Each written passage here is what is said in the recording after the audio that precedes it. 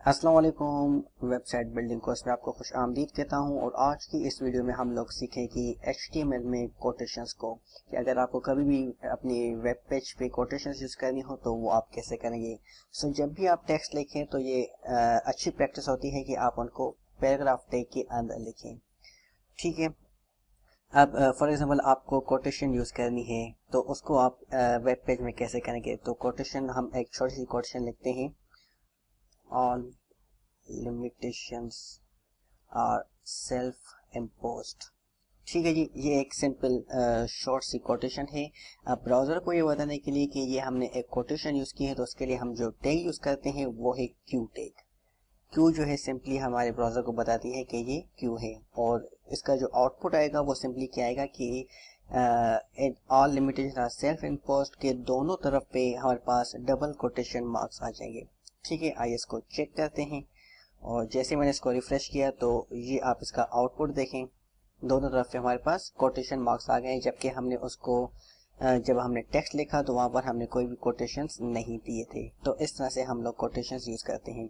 उसके बाद हमारे पास होते हैं ब्लॉक कोड। ब्लॉक कोड का मतलब है कि जब भी आप कोई थर्ड पार्टी मटेरियल यूज़ करें या किसी दूसरे का कंटेंट यूज़ करें अपने वेब पेज पे, तो ये बेस्ट प्रैक्टिस होती है कि आप उनको ब्लॉक कोड पर लिखें अगर आप कॉपीराइट से बचना चाहते हैं। ठीक है, तो यहाँ पर मैंने एक सैंपल सा टेक्स्ट कॉपी करके रखा है जो कि लॉरेम एप्सम से मैंने उठाया है। इसको मैं यहाँ पे सिंपली पेस्ट कर देता हूँ।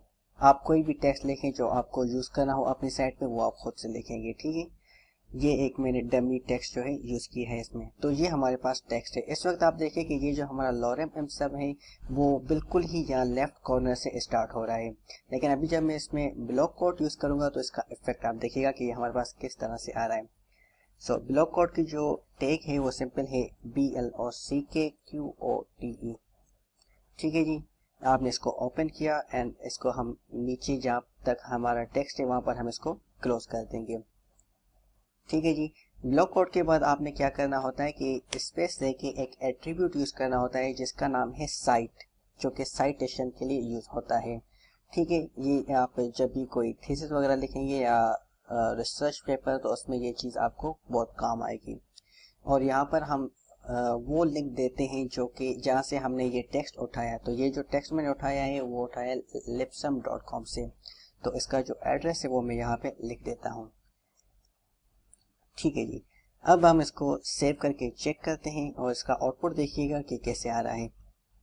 और ये देखें, जैसे हमने इसको रिफ्रेश किया तो ब्राउज़र ने क्या किया, हमारे इस टेक्स्ट को यहाँ पर margin they the left side पे एंड राइट साइड पे, एंड इसको जो है थोड़ा सा सेंटर पे कर दिया, तो ताकि ये हमें पता चल जाए कि मतलब कि एक छोटा सा सेक्शन क्रिएट कर दिया और उसमें हमारा टेक्स्ट आ गया। अब अगर कोई और बंदा इसको देखेगा तो वो आराम से समझ जाएगा कि यहाँ पर आपने कोई थर्ड पार्टी कंटेंट यूज़ किया है।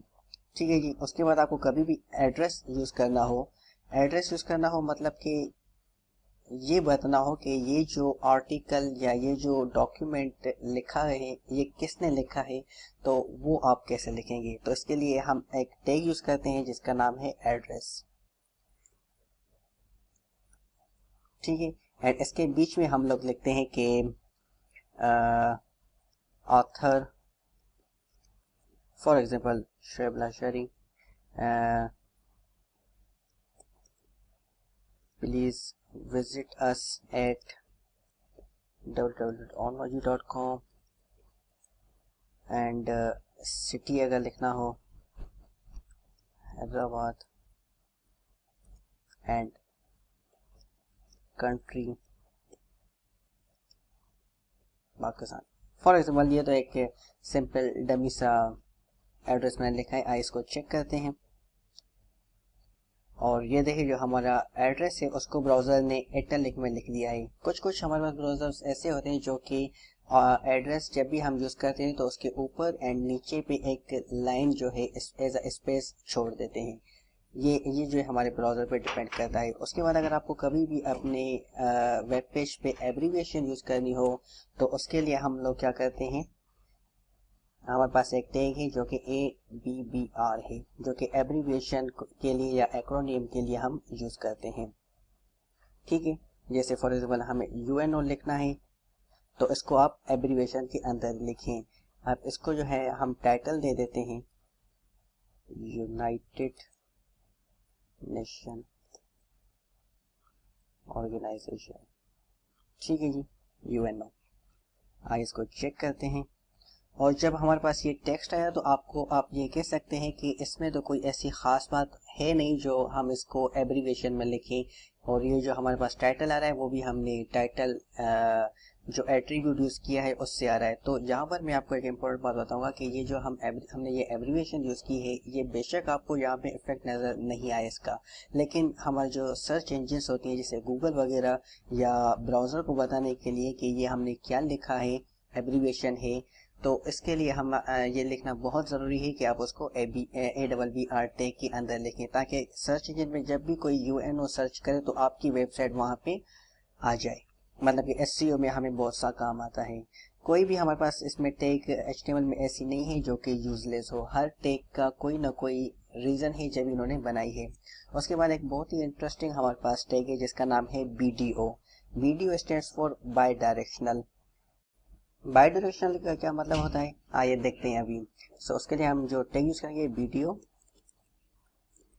एंड यहाँ पर हम जो है टेक्स्ट लिख देते हैं दिस इज माई टेक्स्ट, ठीक है। इसको सेव करके चेक करते हैं, लेकिन इसका जो इफेक्ट है वो देखें कोई भी नहीं है, सिंपल है हमारे पास दिस इज माई टेक्स्ट लिखा हुआ है।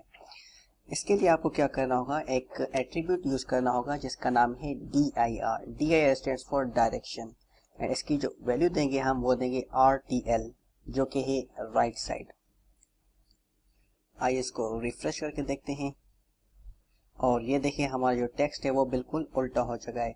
दिस इज माई टेक्स्ट था जो कि टेक्स्ट का जो T था लास्ट वाला वो फर्स्ट में आ गया है, X सेकंड पे, E थर्ड पे, एंड सो ऑन। सो जब भी आपको इस तरह का इफेक्ट देना हो तो उसके लिए आप जो है BDO DIR RTL कर देंगे, ठीक है जी। So guys, thank for watching and don't forget to subscribe.